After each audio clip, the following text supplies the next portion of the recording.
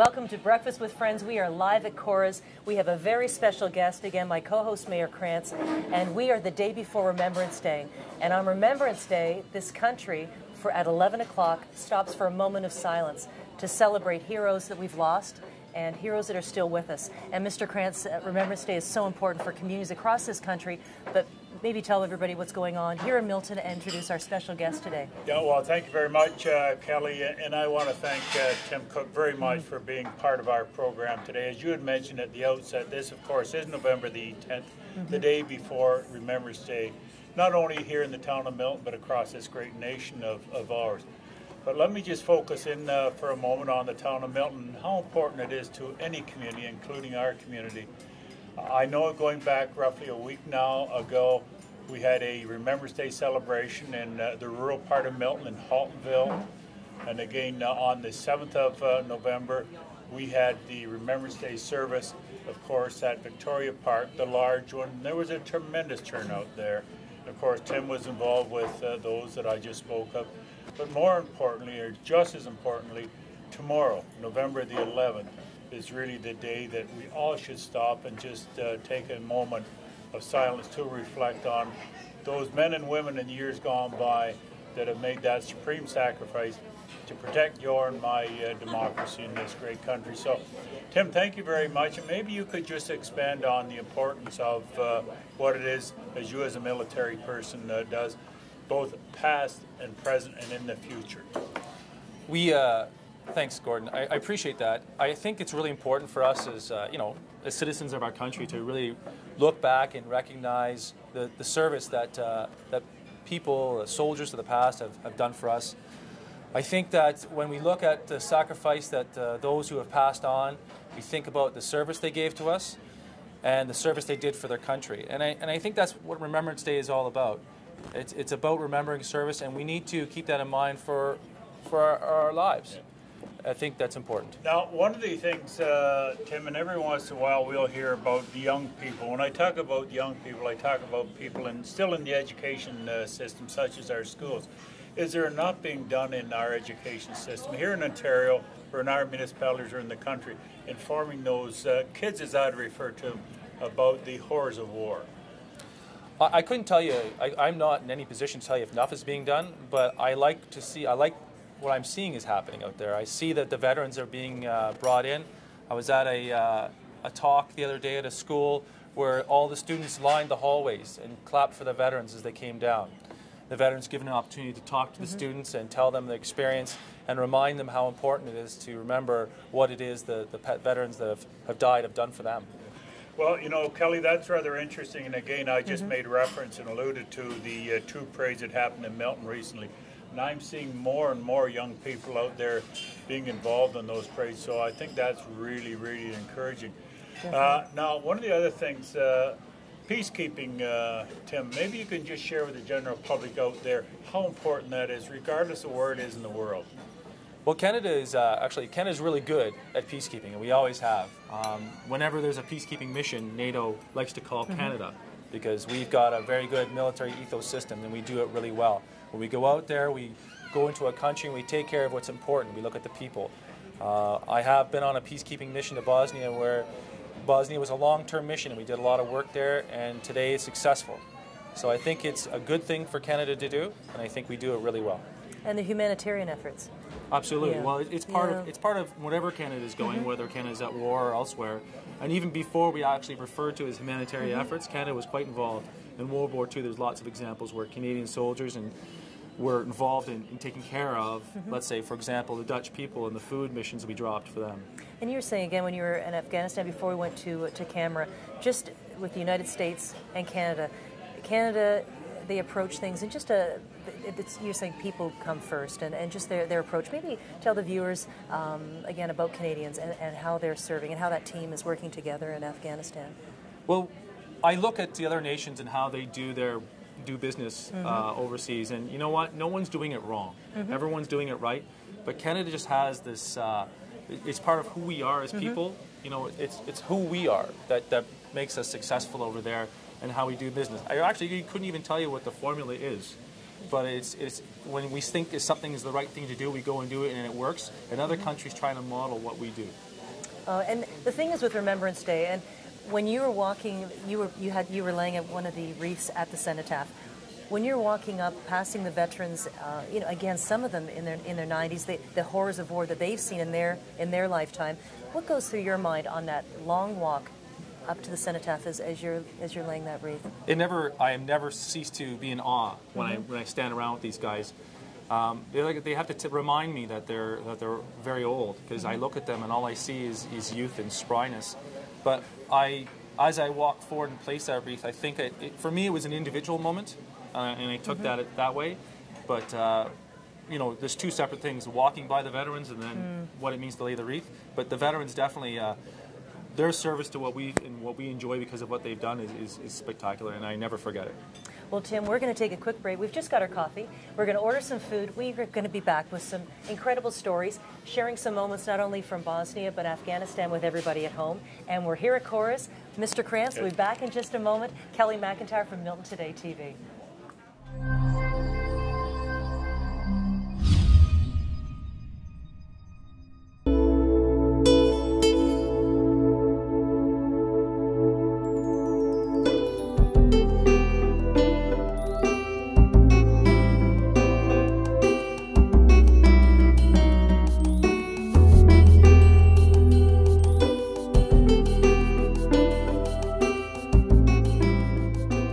If you're looking for a night out, look no further than Pasqualino's Cafe and Bistro to enjoy a relaxing evening of exquisite wine and superb food. Every Wednesday evening, they feature live music and a delicious fixed menu. Fresh food, fine wine, friendly service at Pasqualino's Cafe and Bistro, 248 Main Street East in Milton, 693-1992. Cheers!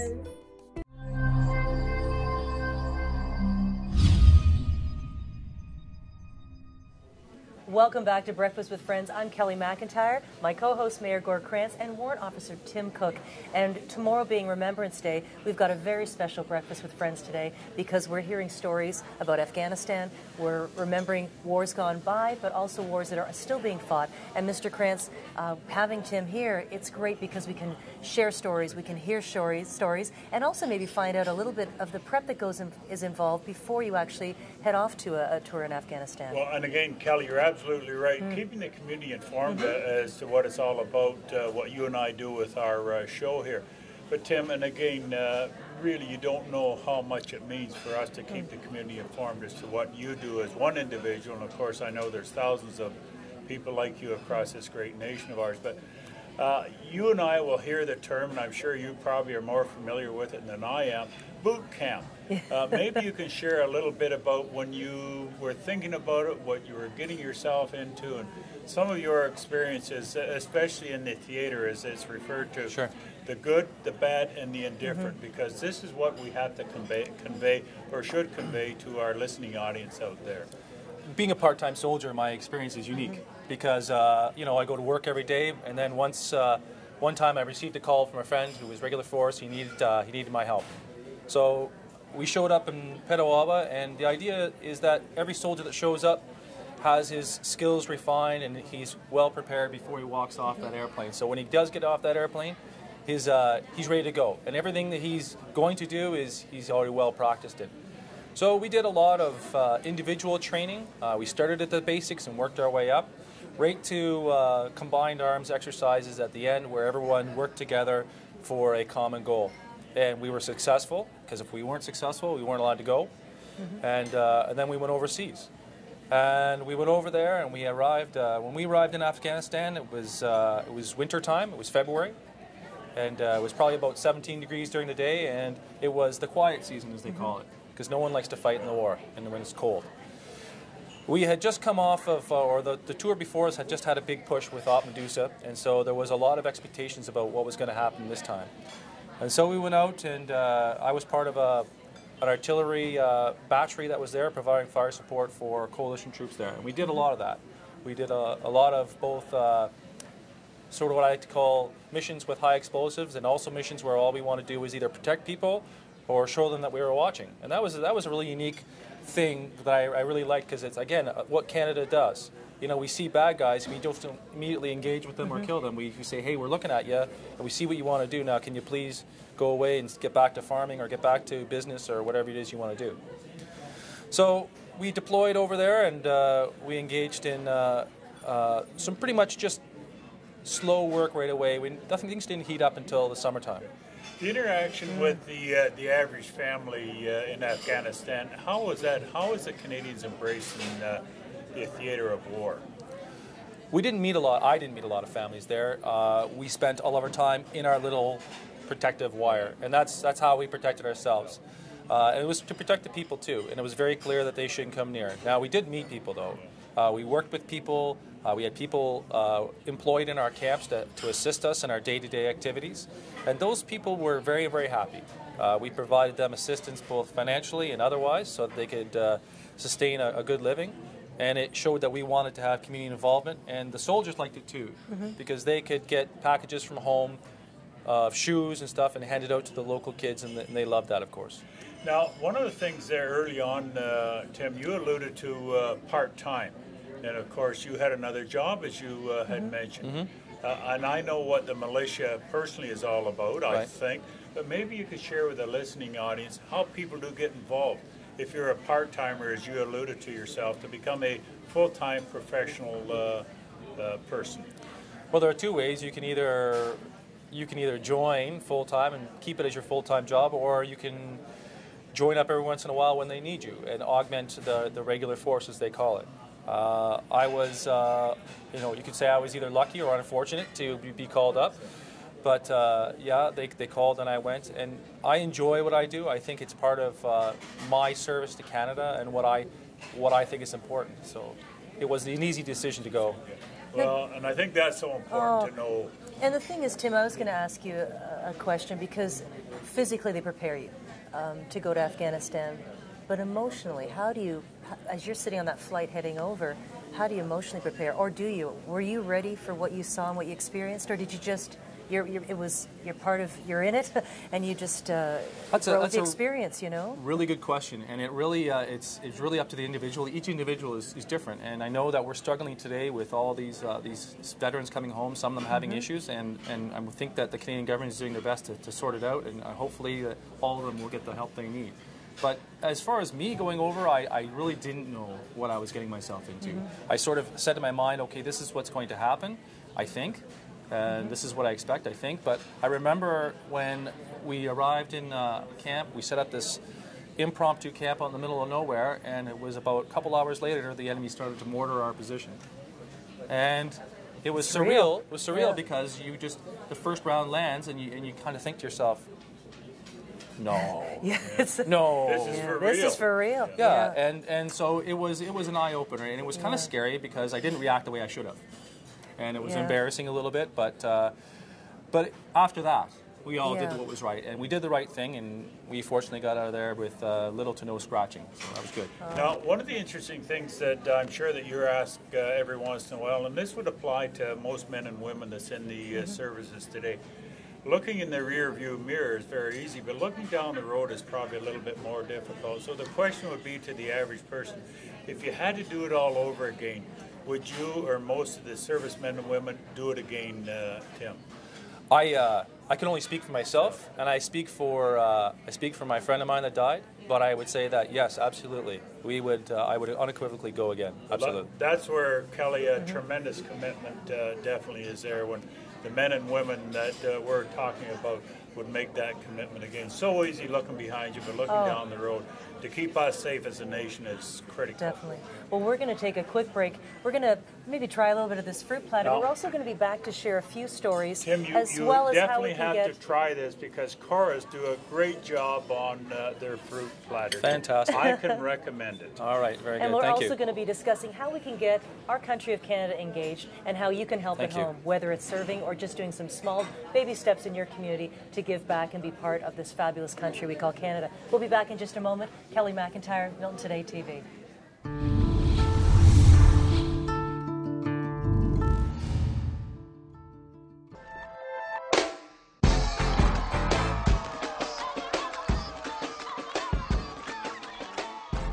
where your interior space becomes as comfy as the store's name, all within your budget.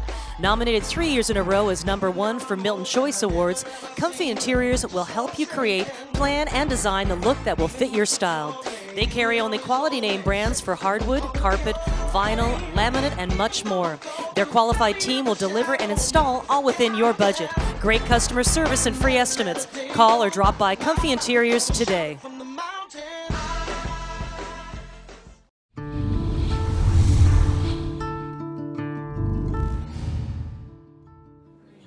Welcome back to Breakfast with Friends. We are the day before Remembrance Day and thought we would celebrate Mr. Krantz with having a special visitor, Warrant Officer Tim Cook. And we've been sharing a few stories, a few messages to the community.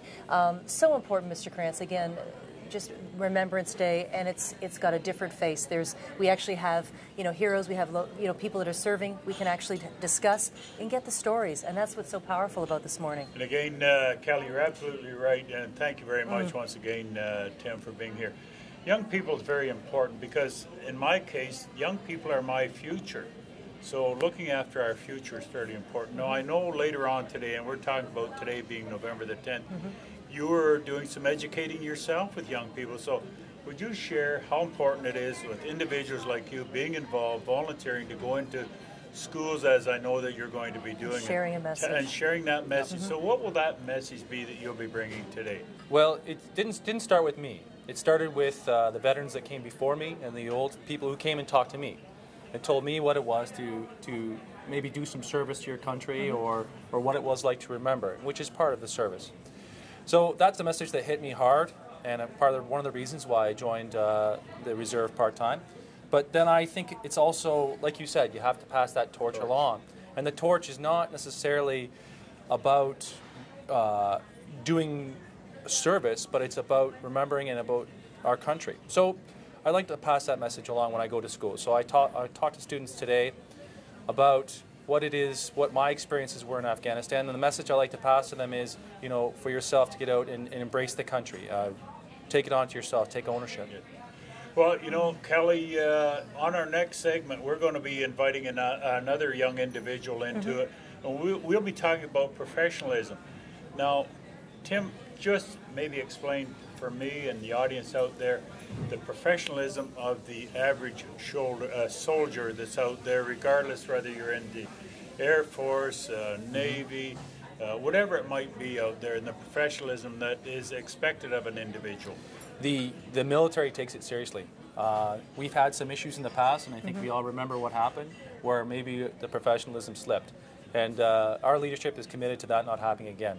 So we are a very well-disciplined army, and we see it. When we go out and see other armies, perhaps armies that are not as disciplined as ours, it's very clear to see that we are an army which is well-disciplined. We talk about what it is to be disciplined, and we talk about the values that we have as soldiers, and that's part of the curriculum as soldiers. So it's well ingrained. Well, I think that's what makes us proud Canadians. I think, Kelly, when I hear that type of thing, when it comes to professionalism and that discipline, that makes it a great nation and a great force that we have looking after our well-being here in Canada. And I've probably got two questions that I'd love to ask you.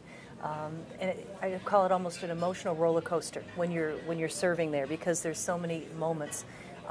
The first one I want to ask you about is the moment you were the most scared when you were serving. Is there one? I mean, there's probably several, but was there a moment that you just thought? Yeah, there was one moment when we were being mortared. We spent 4 days in a row, we got mortared every day. And I think the times I got the most scared was after the event, because during the event you're busy and you're not thinking about it. I think after the event I was scared because I realized that I was relatively safe, but there was people that worked for me that weren't. And I was frightened for them, and I was worrying about what was going on with them because I had a personal responsibility to them.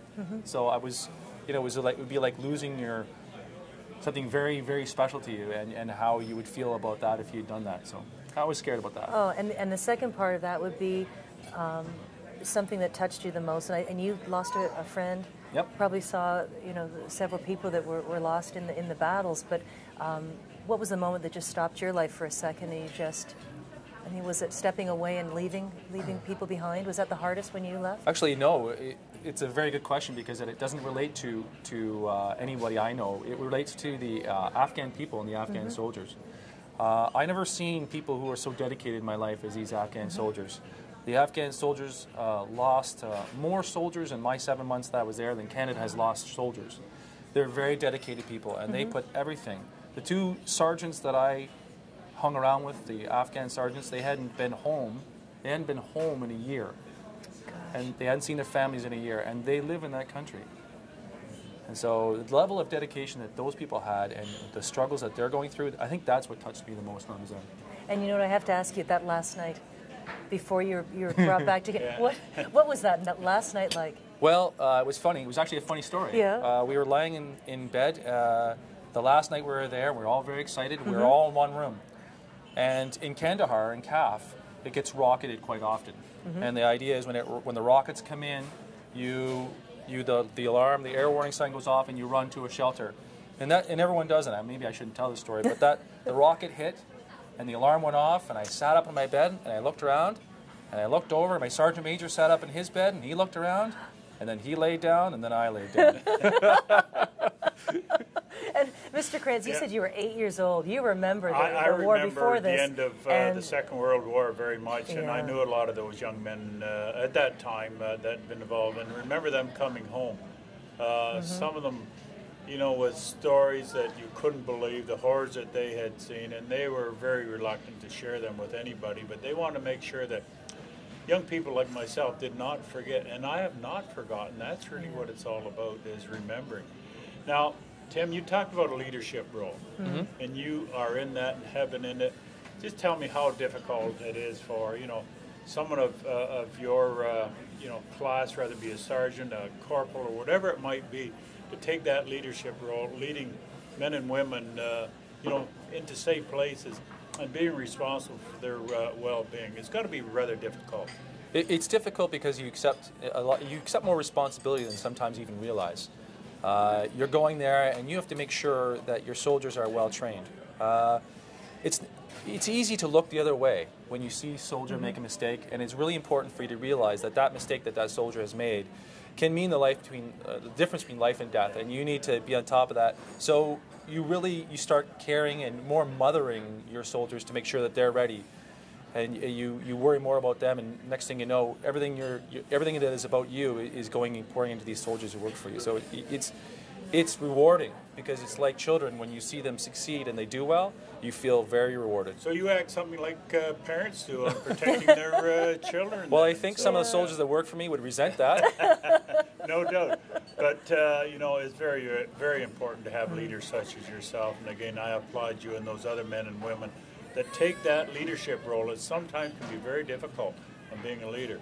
Just ask someone like myself who's in a leadership role. And as we're sitting in Cora's over coffee, we've got to ask, what was your breakfast? Did you ever have like a good cup of coffee? How did you? Well, yes. Being the guy who supervises the command post, it was my job to ensure coffee was there. Okay. And I had one of those 100-cup urns. Okay. And we took turns making sure it was liquid always gold. Because those soldiers, you know, there's nothing that makes them happier than when they're waking up to do their sentry duty in the middle of the night. They know they can come to the command post and there'll be coffee there 24/7. Well, we're going to leave it at that for just a moment. We're going to sip on our coffee, have a little bit more fruit, take a quick break, and we've got another special guest joining us with, again, a message for everybody out there about a new opportunity for young men, top 40 under 40 or entrepreneurs under 40. We'll find out when we come back. Kelly McIntyre, Milton Today TV.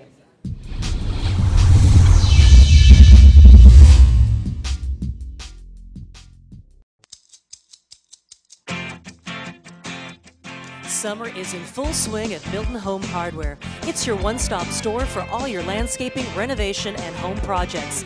Tools, garden equipment, and accessories. Bathroom renovations large and small. Flooring, right up to that dream kitchen project. Their customer service shines through with a team of professionals in every department. With over 18,000 square feet of retail service space, Milton Home Hardware has everything you need from a hardware store. If summer grilling is on your menu, check out the great selection of barbecues they have to offer. Milton Home Hardware, homeowners helping homeowners.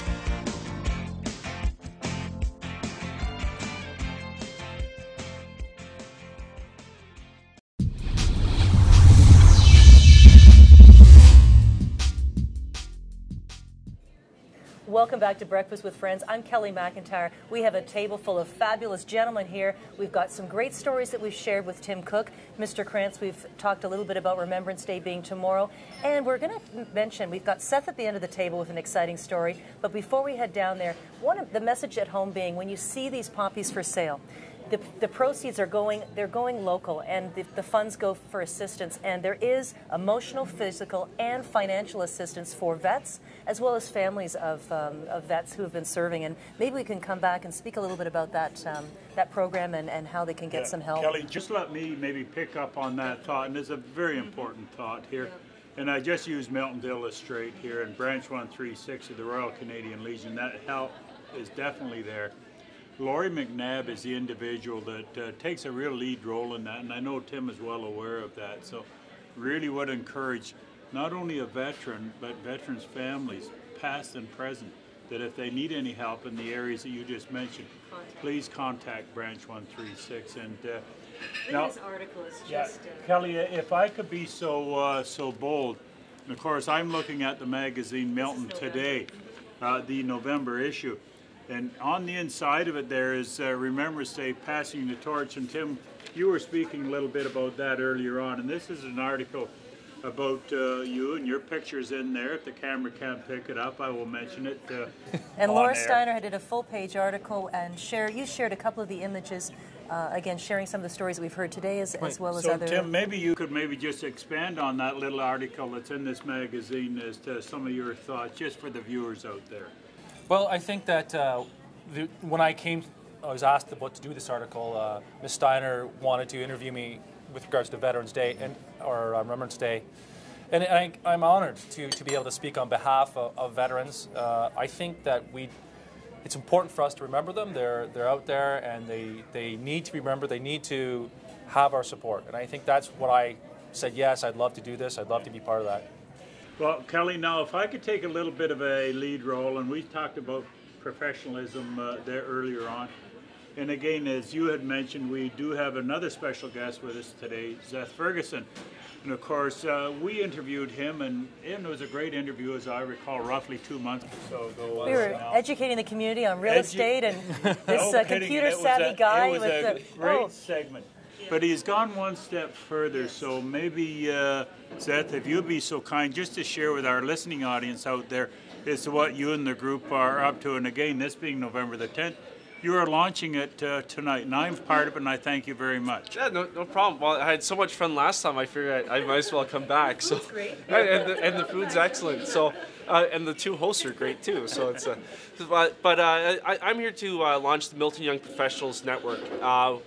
What we do is we want to bring together all the young professionals in the Milton business community so we can build new friendships and expand our sphere of influence and really build a local Milton business network so everybody knows each other. Nobody's really done this in Milton yet for young professionals. And I feel it's about time Milton has a network like this. And Seth, I like the platform. Yeah. This is great. So it's more of a casual, getting together, creating these, more friendships. I mean, it's not just handing out a business card and speaking. You can actually really connect, which is kind of a great way to do this. Exactly. And I personally, I feel business is better when you actually know the person you're doing business with and really building a true connection rather than a superficial connection that's just, outside appearances. So now, when we talk, Kelly, about professionalism, Tim and I were chatting before on one of the earlier conversations about professionalism, and I think it's really, really important. So, if you had any advice for the program that Seth is setting up there, would you have any recommendations for him about professionalism? I know you're a professional. I've only got one. And if you look good, you can get away with a whole lot. Sounds great. Now, Kelly, interestingly enough, in that other life that I used to lead, I was in business myself here in the town of Milton for well over 20 years. So I really would encourage young people to think about getting in business, getting into some profession, as well as Tim had mentioned before, becoming a professional officer in the services there. And that's a profession in its own. And Seth, you're setting this up, but for people who aren't familiar with your business, real estate agent, maybe give give everybody your background, where you're coming from tonight. Sure. I'm the local Century 21 real estate agent here in town. So I sell residential, investment, and commercial properties in the Milton area, as well as Halton region in general. So our office is downtown Milton, right across from Rotary Park, and that's where I work. And the internet is, you're pretty savvy with connecting with your community again. So tell us a bit about this group tonight and how people can find out more information. You're on Twitter, Facebook, you're everywhere. So give everybody where they should go. I'm a very easy guy to find. So yeah, so you can find me on Facebook. Just type in Seth Ferguson. You'll see my Century 21 profile. You can catch me on Twitter, Seth Ferguson C21 on Twitter. As well as you can check out my website, sethferguson.ca. All the information's on there. There will be a post on my website about the Milton Young Professionals Network, and that goes tonight, which is Wednesday. Doors open 5:30. Mr. Krantz is showing up at 6. And young professional from the community? Yeah, very young professional. Young, I'm not so sure anymore, Kelly. Yeah, and that's at Kelsey's this evening in Milton. Oh, fantastic. Now, we've had a fabulous conversation here this morning, the day before Remembrance Day. We've had a little bit of a serious side of it, but in closing, Tim, can you maybe share a couple of you've said there has been through the horror of war, there's been some laughter, and maybe share a couple of positive stories and some of your fun memories of, with the men and women in Afghanistan. Sure. Yeah. We used to sit around and listen to radio programs or tapes or whatever we were listening to, and I remember the one time we had this girl who was my reconnaissance sergeant. She was sitting there, and a stray cat landed right on top of her head. I've never heard a screech like that in my life. It was pretty funny. And then, because we were told not to kill the cats because the cats get rid of the mice, but then we had so many cats we didn't know what to do with them. So then there was the dogs problem, and it just went on from there. It reminded me of the spider. Why did they swallow the fly? I don't know why. I don't know why, but it was funny. There was animals everywhere all the time, and we didn't know which was better. And what about the food? I know Laura, when she came back, she was writing the article, and there was a story about the food. I guess that they were complaining. Was it to you about? Oh, that's a uniquely American story. I guess the Americans, the General Petraeus, who went into Afghanistan after Iraq, and he asked the Americans, what was their largest complaint, and they were complaining. They were on a nice, comfortable base, and they were complaining that the Burger King food was too greasy and the pizza was too greasy. So he did the right thing. He closed them all down. And so they didn't have any of that to complain about anymore. But he tried to close the Tim Hortons, but there was the Canadians wouldn't let it happen. We still have our Tim Hortons. And you know what? With Remembrance Day coming tomorrow, and Seth, we've all grown up. That moment of silence when the country stops for a minute to reflect on, memories of fallen soldiers, memories of the past, but we also have people serving now, men and women, these heroes in our community, and how important that is. And maybe, Tim, finishing with just again, a message to the community tomorrow. For that minute of silence, what should we be actually thinking about? I think we should take time to remember what the people have done for us and in the service of our country. I really think that's important. We all should do that. Service to our country is important, but these people specifically, we're remembering them because they gave it up for us. They gave up their life for us, and I think that's really important. Now, Kelly, and again, I'd remind all of our listeners, again, today being November the 10th, of course, tomorrow being November the 11th, an invitation to any member of the public that wants to show up at Evergreen Cemetery for the service at 11 o'clock there. I'd invite every member there. And again, I want to thank you very much. And at the end of pretty well every service that I've ever been involved in, and I'm sure, Tim, there's that in Flanders Field, and we will remember. So I think it would be very appropriate if the four of us, when you're ready to wrap up, with just one very simple statement, we will remember. And that's so critical to a nation, and of course, including the town of Milton here. So. And so thank you. Good luck tonight with this launch, and this is going to be a monthly event for you at Kelsey's tonight. And the time again? Doors open 5:30. Doors open at 5:30. Yep. Okay, definitely, and it'll be an exciting night. Tim, thank you so much. My pleasure. Sharing your stories and sharing a vision for this country as we can all connect and hopefully move forward. Mr. Krantz, as usual, fabulous food and a great conversation. Thank you again. Thank you very much again, Kelly. for Milton Today TV, and we at Chorus here with Seth and Tim as well. Definitely. So if the four of us, in that famous phrase, we will remember them.